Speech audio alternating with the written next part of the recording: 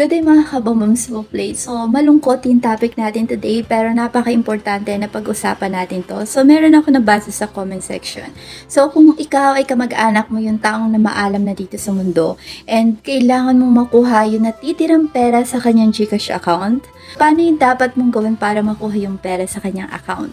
Alam nyo, nakakabahalang isipin, di ba, kapag biglang hilingin ng GCash or ng system ng GCash yung face scan or fingerprint niya. So, hindi na natin maibibigay yon dahil wala na siya dito sa Earth. Pero don't worry mga kabomboms dahil today, wala kang dapat ipag-alala. Ituturo ko sa iyo yung mga dapat mong gawin and yung mga bagay na bawal mong subukan. So, kasama na din dito yung gaano nga ba kalaki chance na makuha mo pa yung pera at gaano ba katagal yung hihintayin mo para ma-process yung request mo? Saan ka ba dapat lumapit? Or meron ka bang kailangan pang ayusin or ihanda na requirements or mga papeles? Syempre, napaka-importante din yan, okay? So, hindi tayo makakapag request na makuha yung pera kung wala tayong kumpletong papeles. So, don't worry dahil yung mga kailangan yung i-provide ay meron at meron naman kayo niyan kung kamag-anak nyo talaga yung nawala na or na maalam na dito sa Earth. So, magsisimula na tayo. Magsimula tayo dito sa gaano nga ba kalaki yung tsansa na makuha mo yung pera ng taong namayapa na. Mataas naman yung tsansa na makuha yung pera basta tama yung gagawin nyo. So, napaka-importante or critical talaga na malaman nyo step by step na procedure kung paano natin to gagawin. So, ang mga probability na mga nasa 80 to 95%. Kapag na-meet mo itong mga requirements, so kailangan totoo yung dokumento na ipapakita mo, katulad na lamang ng PSA death certificate niya. So, importante na makapag-provide ka niyan. Valid ID mo at yung patunay na kamag-anak ka. So, sa valid ID, yung birth certificate mo, PSA death certificate na namatay. So, kailangan connected, meron kayong kaugnayan or magka-relatives talaga kayo. So, dapat ikaw yung legal na tagapagmana at walang pagtatalo sa pagitan ng ibang kamag-anak. Kung wala namang malaking utang or legal na issue yung namatay, hindi na yung makaka-apekto. Pero kung meron, syempre, mas mahihirapan tayo or mas liliit yung chance na makuha natin yung pera na naiwan niya sa kanyang GCash account. So, mababa yung chance or mahihirapan ka makuha yung pera, mga 20 to 40% lang kapag ito ay hindi official yung mga papeles mo. Syempre, bawal po yan sa batas. Kapag halimbawa nagbigay ka ng mga papeles na pineki mo lang or kapag hindi mo mapatunayan ng kamag-anak mo talaga yung namatay. So, maraming magkakamag-anak na hindi nagkakasundo kung sino ang dapat makakuha. So, malaking bagay din yan. Magtatalo-talo kayo, pare-pareho kayo nagre-request na mapunta sa inyo yung pera. So, matatagalan talaga yung process kasi pagpipilian pa sa inyo kung sino ba talaga yung dapat makakuha ng pera, di ba? Meron din kasing karagdagan silang documents na pwedeng hingin pa sa inyo katulad ng notaryo. So, kailangan mapahayag nyo na kayo talaga ay tagapagmana or sa inyo dapat talaga mailipat yung perang naiwan nung namatay na kamag-anak. So, dito na papasok yung tanong na gaano nga ba katagal yung proseso ni GCash? So, halimbawa, kompleto naman yung documents nyo and makakapag-provide naman kayo. Ito yung mga kailangan yung malaman kung gaano kayo katagal maghihintay. And sa dulo naman ito, sasabihin ko sa inyo kung saan kayo pwede mag-reach out kay GCash ukol dito sa ating topic today. So, huwag kayong mag-alala dahil hindi naman ito aabutin ng ilang taon. So, depende rin kasi ito sa magiging case kung gaano kayo kabilis makakapagbigay ng kailangan nila or kung halimbawa meron silang follow-up documents na hihingin pa sa inyo. So, kung nakapag-provide na kayo ng complete documents, walang kulang, so 3 hanggang 14 na araw ang inyong waiting time. Usually naman, katulad ng mga naranasan na ng iba, natatapos at nalilipat na yung pondo sa loob ng 2 hanggang 3 linggo. Pero kapag halimbawa medyo madami pa silang hinihinging dagdag na papeles, pwede kayong umabot sa paghihintay ng 4 hanggang 6 na linggo. So, medyo matagal na po yun mga kabomboms. Now, nalaman nyo na kung gaano nga ba katagal yung magiging process ng paghihintay para ma-transfer yung pera sa inyong account. Ngayon naman, saan natin dapat i-reach out or saan tayo dapat lumapit?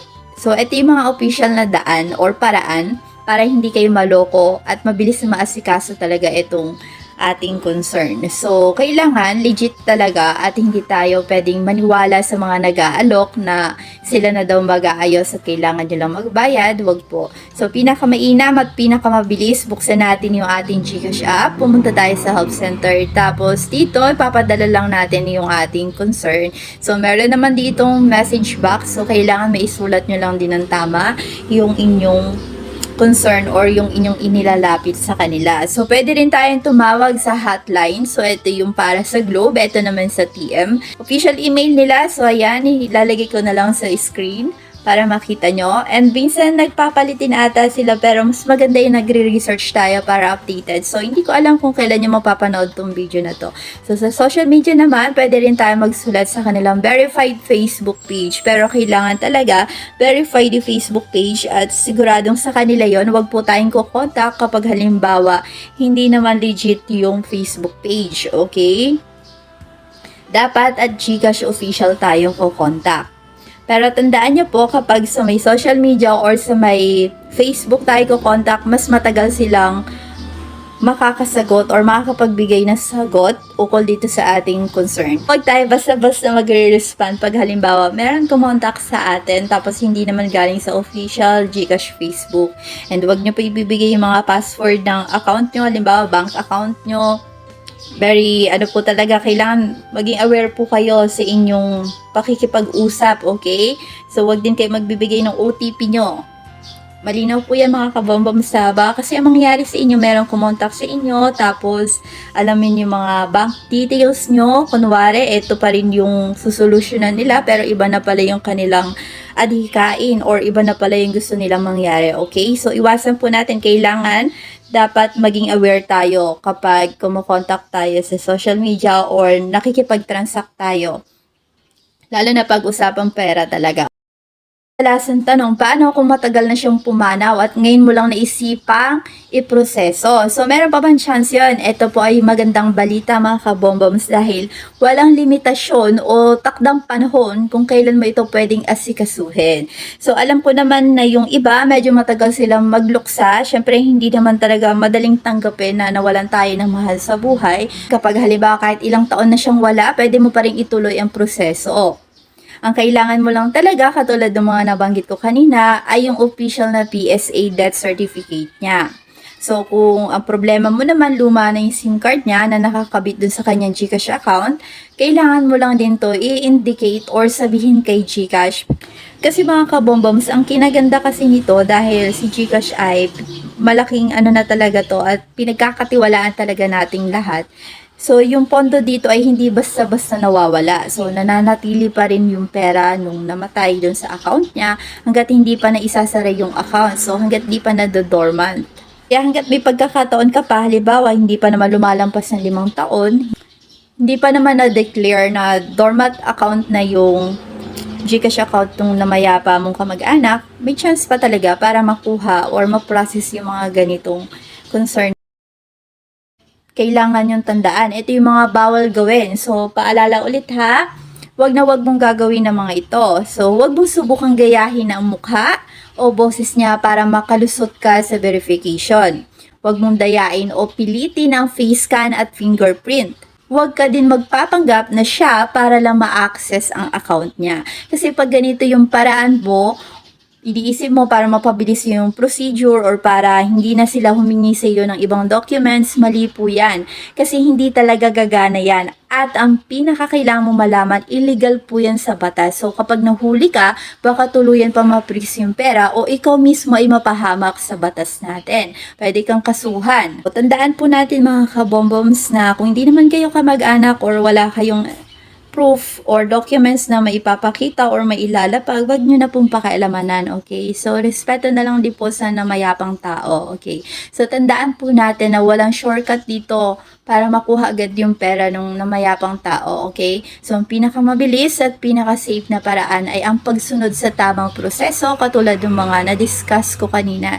So, kailangan mo talagang ihanda na maayos yung mga papeles at lumapit ka sa mga tamang tao katulad ng GCash support talaga para makuha mo yung pondo para sa inyong pamilya, okay? Or para sa pamilya na iwan niya talaga. So hanggang dito na lang mga kababams yung ating topic today, and thank you muli sa pagsama sa akin sa ating video for today. And kung meron kayo mga katanungan or pag-aalala about sa isyong ito, pwede nyo naman yan iwan sa ating comment section, at alam ko po na mahirap talaga mawalan ng mahal sa buhay. So ako po ay nakikisimpatsya din sa inyo, at alam ko na mahalaga din na makuha natin yung perang pinaghirapan nila at nasa account pa nila. So hanggang dito na lang po. Thank you and God bless to all of you. Tandaan natin na napaka-importante ng buhay ng isang tao. So habang buhay po yung mga taong mahal natin, huwag natin silang kakalimutan bisitahin, kamustahin. And yes, hanggang dito na lang po. Thank you and stay blessed mga kabomboms.